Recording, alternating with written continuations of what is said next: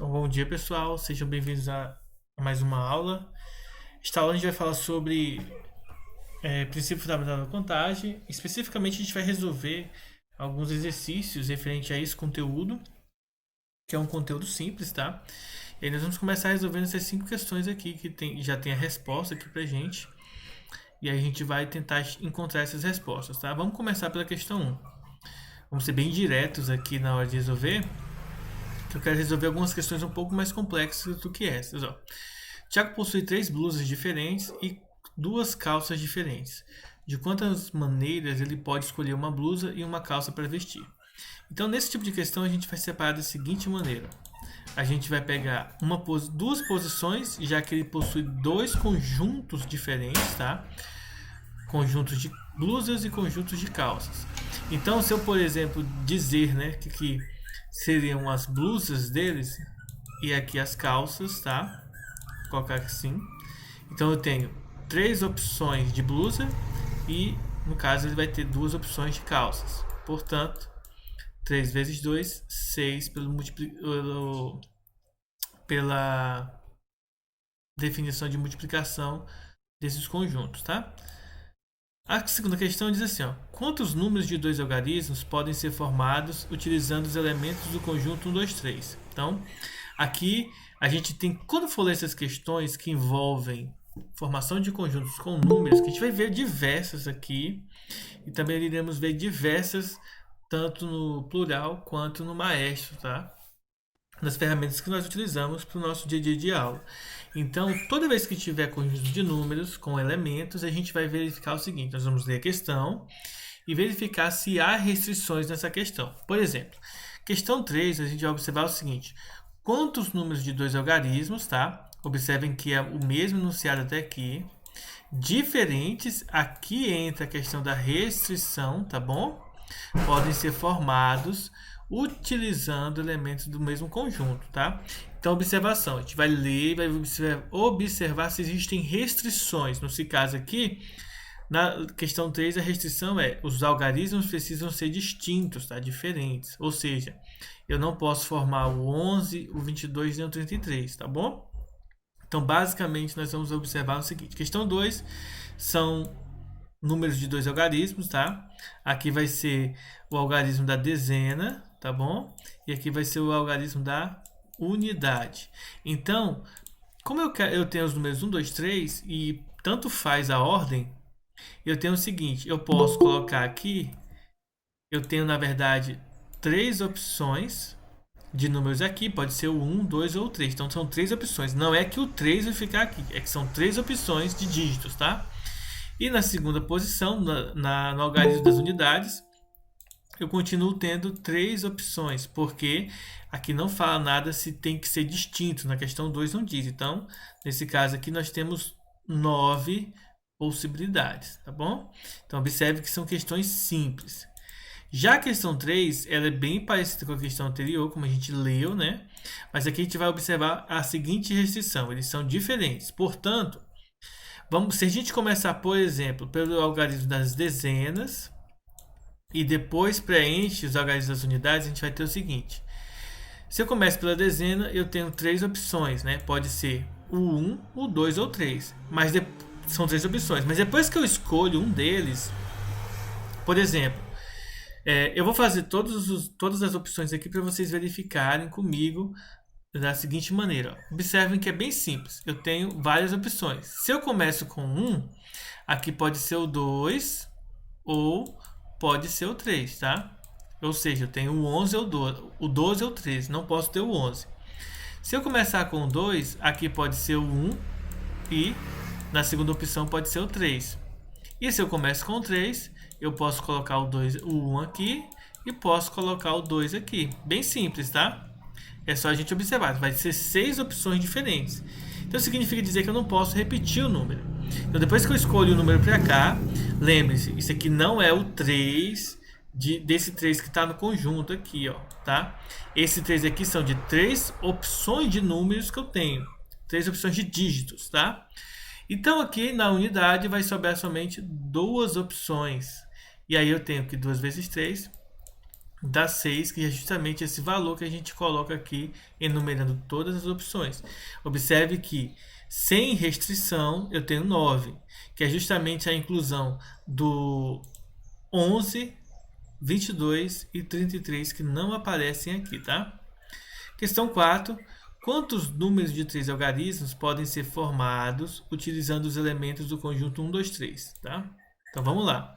Na questão 4 agora, a gente vai ter a inserção de 3 algarismos. Agora, um número de 3 algarismos. Ou seja, 1, 2, 3 opções.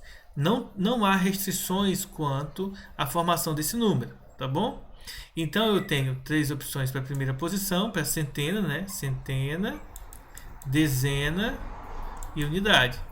Então eu tenho 3 opções para centena, 3 opções para dezena e 3 opções para unidade.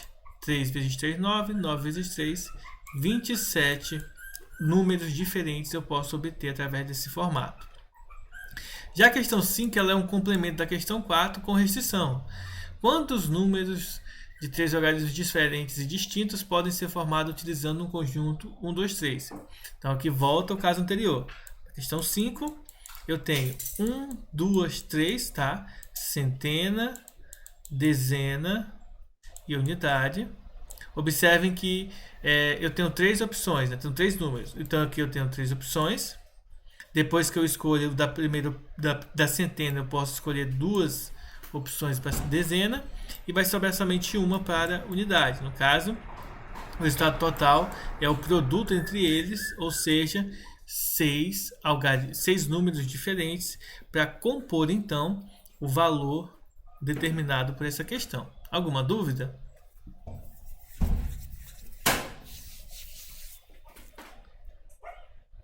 Beleza, então essas aqui são as questões simples que eu tinha que trazer para vocês. Um outro enunciado que pode aparecer comumente, pessoal, é o seguinte: vamos supor uma sexta questão aqui, tá? Seria um complemento dessa. Vamos supor que eu tenho o seguinte conjunto: 1, 2, 3, 4. Vamos só colocar assim, ó, do 1 ao 9, tá? Então esses aqui, do 1 ao 9. E aí ele dissesse o seguinte pra gente: olha, eu quero formar números de 4 algarismos, tá bom? Só que tem que começar pelo 3, tá? Então, se começa pelo 3, na verdade eu só tenho uma opção aqui, né? E aí o restante a gente pode colocar qualquer número. Então eu vou colocar, por exemplo, aqui 8, 8 e 8. Porque se tem que começar pelo 3, vai sobrar o 8, 8 e o 8 aqui, caso eles não sejam distintos, tá bom? Então a gente tem que ter alguns cuidados quando for fazer essas questões que envolvem números, por conta da repetição.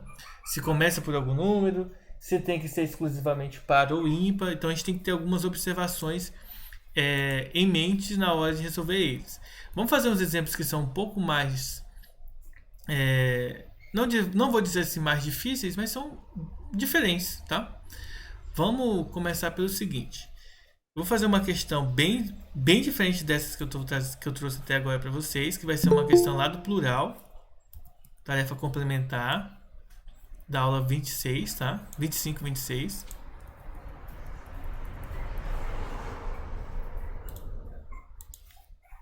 E aí vamos ver como que resolve ela, tá bom?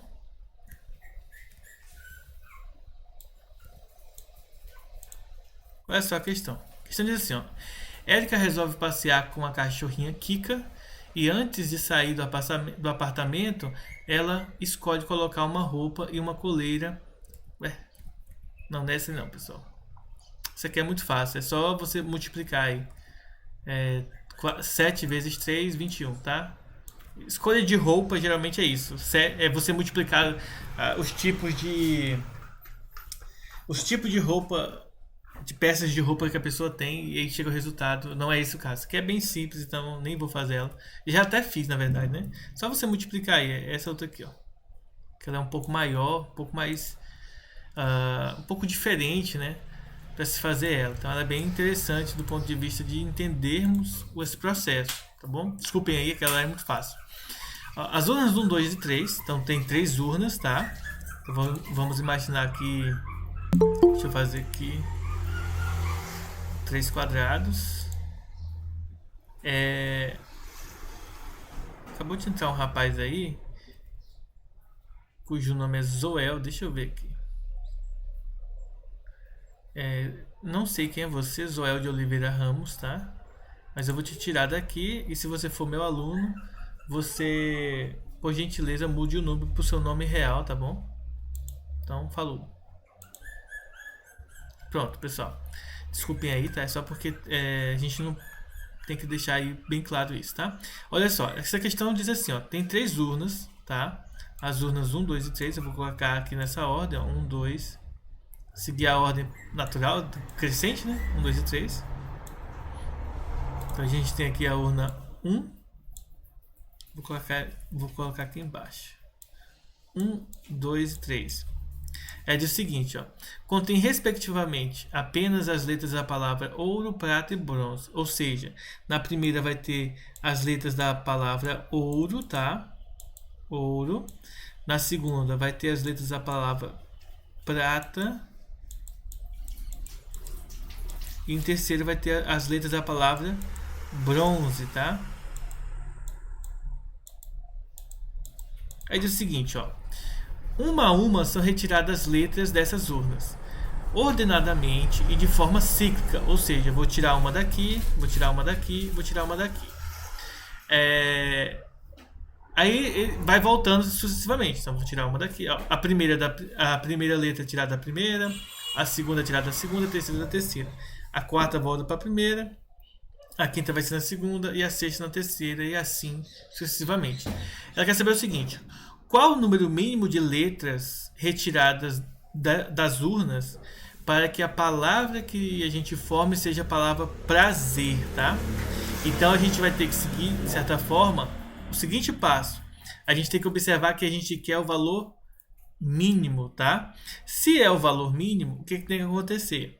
Toda letra que eu tirar tem que estar aqui na palavra prazer. Então a gente vai começar da primeira e vai retirar letras aleatórias. Só que a gente não pode fazer de forma aleatória. A gente não quer qualquer número de letras que eu vou tirar. Eu quero que seja o número de letras mínimos. Ou seja, vamos supor que você é um cara muito sortudo e que toda vez que for retirada uma letra daí, seja sempre a letra certa, a letra que eu preciso para formar a palavra prazer. Ou seja, como que a gente vai seguir esse procedimento? A gente vai seguir da seguinte maneira, né? Uma coisa redundante de estar falando. Nós vamos seguir o princípio de que nós vamos ter aqui, ó, a primeira retirada, tá? Deixa eu vou organizar aqui uma tabelinha e nessa tabelinha a gente vai ter algumas informações, tá? A gente já sabe a resposta aqui que é 8 e vocês vão entender por que vai ser 8. Se vocês não sabiam ainda por que vai ser 8, agora vocês sabem, porque eu mostrei ali para vocês. Então aqui nós vamos ter a divisão aqui. Deixa eu colocar aqui no meio. Então primeira, segunda, terceira, quarta, quinta, sexta, sétima e oitava retirada. Então aqui nós vamos ter o seguinte, ó. Desse lado aqui vai ser a ordem, né?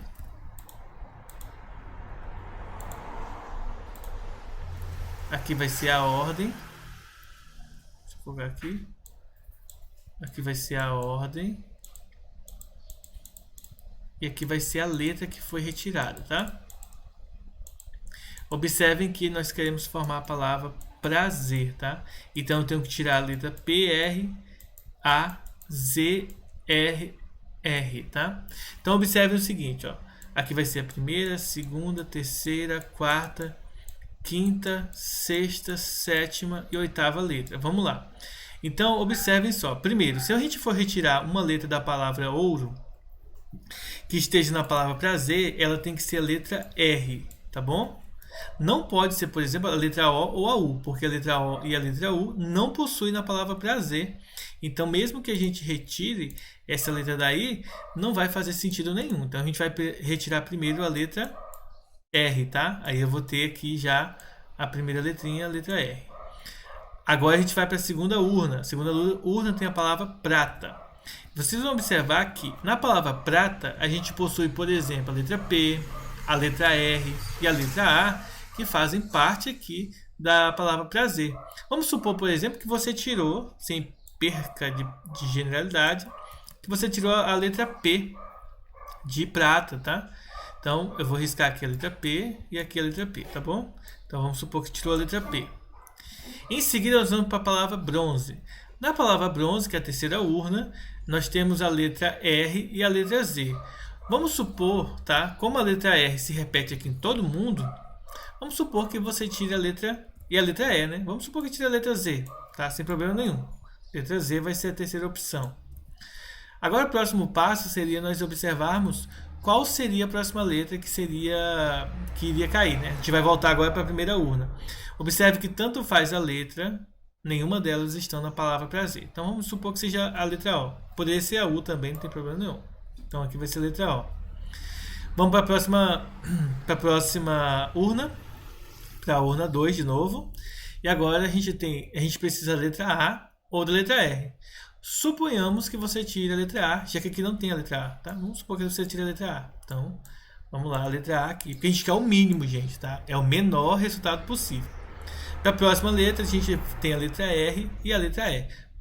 Como aqui tem a letra R, vamos supor que você tire a letra E aqui, ó. Então, aqui a letra E. Aí volta para a primeira. Vamos supor que você tirou o U. Não importa, porque o U não pertence à palavra prazer. E agora aqui você tem a letra R, T e A. Para que você conclua, você precisa tirar um R. Então, vamos lá. Tirou o R, coloque o R aqui. Pronto. Agora a gente tem a palavra prazer formada. Claro, teve dois excessos. A letra O e, por exemplo, a letra U, que poderia ser a letra O aqui de novo, sem problema nenhum. Tá bom? Então, se você for uma pessoa muito sortuda, nesse sorteio em que você retira as letras, se você for sortudo, a menor quantidade de jogadas que você vai precisar fazer para poder completar a palavra prazer seria com 8 rodadas, tá bom? Então, esse seria o resultado final aí da nossa conta. 8 rodadas e você chega ao final deste processo. Alguma dúvida, pessoal?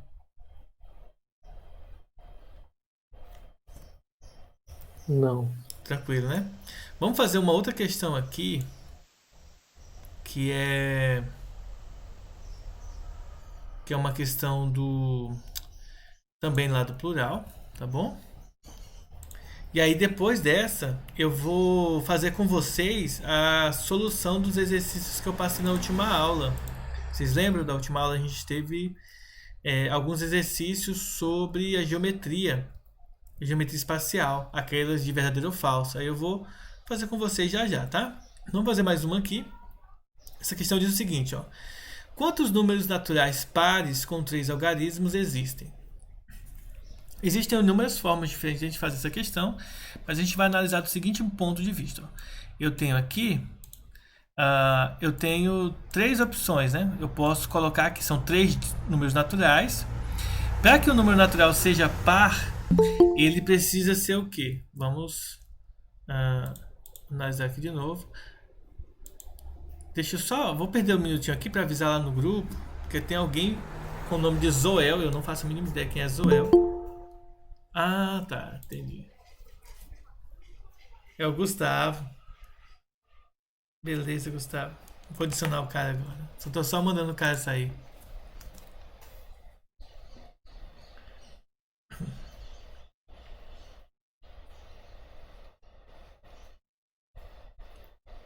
Então vamos lá. Então é assim. Nós temos eu quero formar um número par de 3 dígitos que contenha, né, aqui essas informações. Então a gente tem que observar o seguinte: para formar um número par, na parte das unidades, eu vou colocar aqui unidade, dezena e centena, tá? Só para a gente identificar o seguinte: na parte das unidades, eu posso colocar o número 0, eu posso colocar o 2, o 4, o 6 ou o 8, tá? Posso colocar qualquer um desses 5 aqui. Então eu tenho 5 opções de números pares para colocar aqui, para que o número de 3 algarismos seja par.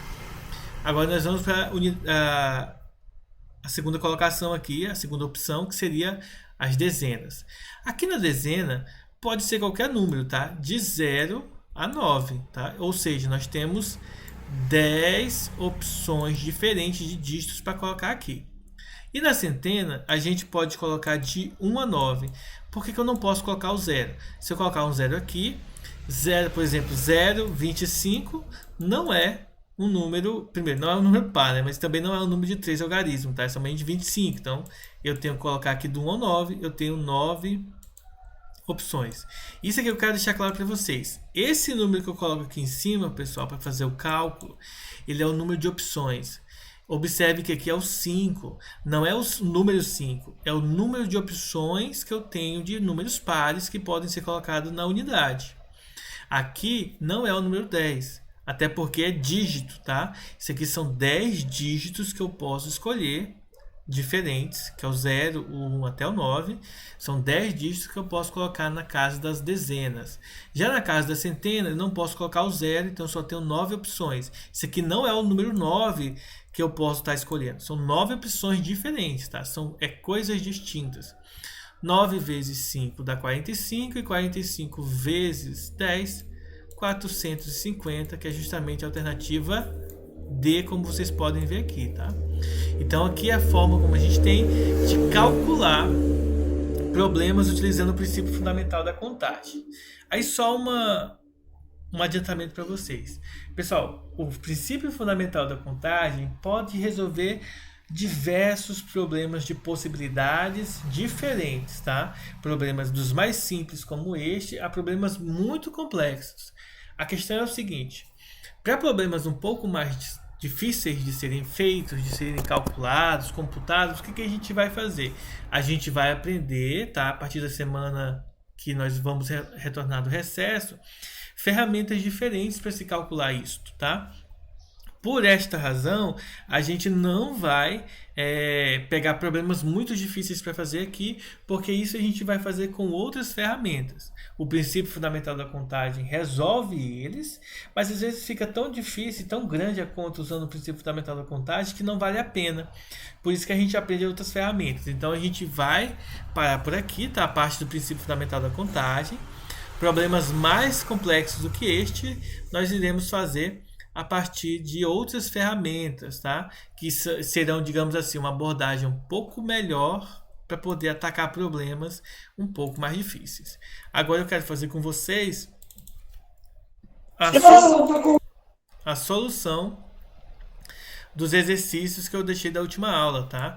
Da introdução à geometria, quando a gente estava falando sobre posições relativas entre retas, aquele verdadeiro ou falso lá. Aí eu vou mostrar aqui para vocês as perguntas, e aí a gente vai resolver os problemas referentes a eles, tá? Adiantando uma coisa para vocês, gente, eu estou dando aula para o terceiro ano, basicamente desse conteúdo, tá? Já tem alguns vídeos sobre esse material. Se vocês tiverem tempo livre, dá uma olhada lá nos exercícios que nas aulas que eu já fiz com eles, para que vocês tenham acesso aí também a algumas coisas interessantes, tá? Deixa eu mostrar aqui as questões. Eu vou copiar e colar todas lá. E aí a gente já explico todas elas de uma vez para vocês. Como eu não filmo a tela inteira do meu computador, gente, eu só filmo a parte lá do programinha em que eu faço as anotações. Aí vocês não veem eu copiando e colando as coisas, tá? Porque aí eu fixo somente no programa tudo que eu preciso. Deixa eu pegar aqui as imagens. Questão 1 e 2. Questão 3 eu vou copiar ela aqui embaixo. Tá? Já está com a resposta aí, até porque, na verdade, a resposta dessa questão aqui eu dei durante a aula, né? Eu falei justamente sobre esse caso aqui. Então, quem prestou atenção na aula já sabia responder essa questão.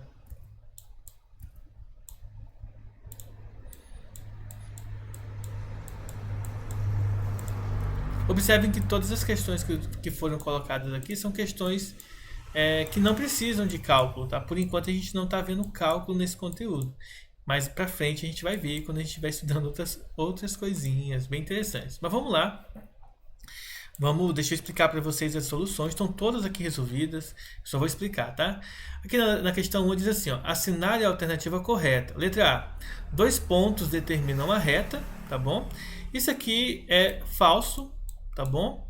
Só é verdade isso aqui se fossem 2 pontos distintos, porque na geometria, apesar de ser uma coisa bem besta, mas é uma garantia matemática que a gente sempre tem que levar em consideração, é que eu posso ter um ponto igual a outro ponto, ou seja, esses 2 pontos vão ser iguais. Eu posso chamar o ponto A e o ponto B, por exemplo. Eles são 2 pontos iguais.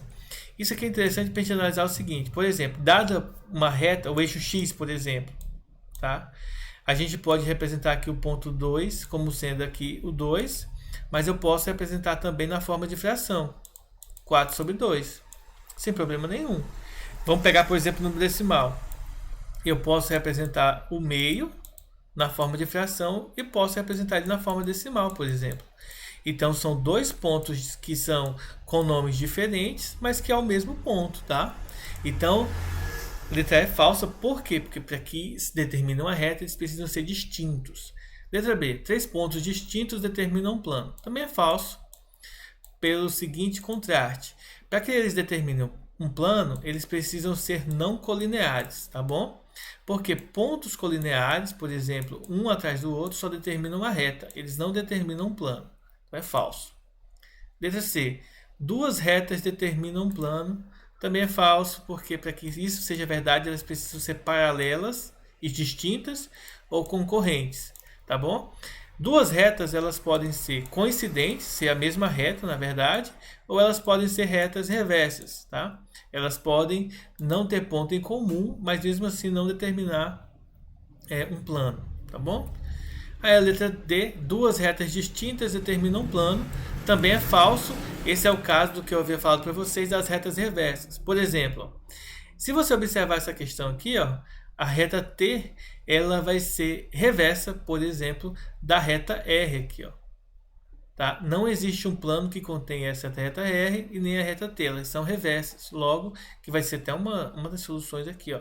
Por exemplo, a reta T e a reta U também são reversas, então aí já mata a questão, tá? Então só sobra a letra E, 2 retas concorrentes determinam um plano, e foi justamente isso que eu falei aqui nesse exemplo. Retas concorrentes determinam um plano, e eu expliquei isso durante a aula, então letra E é a correta. Questão 2 diz assim, considere as afirmações. Primeira afirmação, se 2 retas não têm ponto em comum, então elas são paralelas. Falso. Como esse exemplo, a reta T e a reta U, elas são concorrentes, são reversas e também não tem ponto em comum, então não é necessariamente paralelas. Elas podem ser reversas, então falso. Afirmativa 2. Se 2 retas têm um ponto em comum, então elas são concorrentes. Falso. Porque se ela tem ponto em comum, elas podem ser coincidentes, então isso aqui também é falso. E letra 3, né, afirmação 3, na verdade, se 2 retas são paralelas distintas, tá? Assim, como a reta T e a reta V aqui, então elas não têm ponto em comum, verdade. Se você pega, por exemplo, esse exemplo como afirmação, então só sobra a alternativa B aqui. Questão 3 é aquela questão da mesa que eu expliquei para vocês com 4 e 3 pernas. Ó. É comum encontrarmos mesas com 4 pernas que, mesmo apoiadas no piso plano, balançam e nos obrigam a colocar um calço em uma das pernas se quisermos firmeza. Explique usando argumentos de geometria por que isso não aconteceria com uma mesa de 3 pernas, que foi aquilo que eu expliquei para vocês durante a aula. Isso ocorre porque numa mesa de 3 pernas só existe um único plano que vai conter as 3 pernas. Quando a gente tem uma mesa de 4 pernas, ela pode ter vários planos. Um plano a cada 3 pernas pode ser encontrado. Então, por isso que ocorre esse desnível por causa dos planos diferentes, tá bom? Lembrando que é muito difícil você encontrar um plano perfeitamente plano, tá? Um plano não, um piso, né? Perfeitamente plano. Questão 4. Considere as afirmações. Primeira afirmação, 2 retas formam um ângulo reto. Então, se 2 retas formam um ângulo reto, então elas são perpendiculares. Isso aqui é falso, porque a gente viu que as retas reversas que formam um ângulo de 90 graus também elas são ortogonais, tá? Então nem sempre são perpendiculares, elas podem ser ortogonais. 2. Se duas retas reversas formam um ângulo reto, então elas são ortogonais. Verdadeiro, isso eu acabei de falar para vocês. Terceiro, se duas retas perpendiculares são perpendiculares, então elas são concorrentes. Verdadeiro também, tá? Para que haja o ângulo de 90 graus da forma perpendicular, tem que existir, então, isso aqui, ó. Formar um ângulo de 90 graus, tá bom? Retas reversas formam 90 graus, mas não se cruzam, não são concorrentes. Lembrando, retas concorrentes são retas que formam um pontinho em comum aqui, tá? Elas se cruzam em algum ponto. Então, a alternativa correta, letra D, tá? Letra D é a correta. E por fim, nós vamos ver a quinta questão. O galpão da figura a seguir está no prumo e a cumeira da casa bem no meio da parede. Prumo é um instrumento muito utilizado na construção que serve para verificar se uma parede está na vertical com relação ao centro da Terra, isto é, para ver se ela não está torta, tá? Que ela está aprumada. E cumeira da casa, é a intersecção dos lados de um telhado. Essa reta aqui de cima, tá bom? Bom, aí ele pergunta o seguinte: das retas assinaladas, podemos afirmar que T e U são reversas, de fato, né? T e U são reversas, elas não possuem um plano que contém as duas. S e U são reversas, falso, porque esse telhado aqui é o plano que contém as duas. Então, falso. Letra C, T e U são concorrentes. Falso, porque T nem toca em U, então não tem como ser concorrentes. R e S são concorrentes. Falso também, ó, porque R e S não se cruzam. E letra E, T e U são perpendiculares. Falso, que observe que nem formam um ângulo de 90 graus aqui. Mas mesmo assim, mesmo se formasse um ângulo de 90 graus, elas seriam ortogonais, já que elas são reversas. Então a alternativa correta é a letra A. Então, pessoal, claro, professor, como que eu vou decorar tudo isso, né, para fazer, por exemplo, no Enem? Gente, decorar em si não é a solução. A solução é você entender os processos, entender como que funciona a questão básica da geometria espacial, tá bom? E a gente vai dar continuidade após o nosso recesso desse conteúdo. Essa foi nossa aula de matemática, tá? A gente vai estar encerrando por aqui. Eu vou até pedir para que vocês não saiam. A gente vai continuar direto. Eu vou só pausar o vídeo e a gente daqui a pouquinho, a gente vai dar continuidade à aula de física, tá bom? Então, essa foi nossa aula de matemática. Até mais.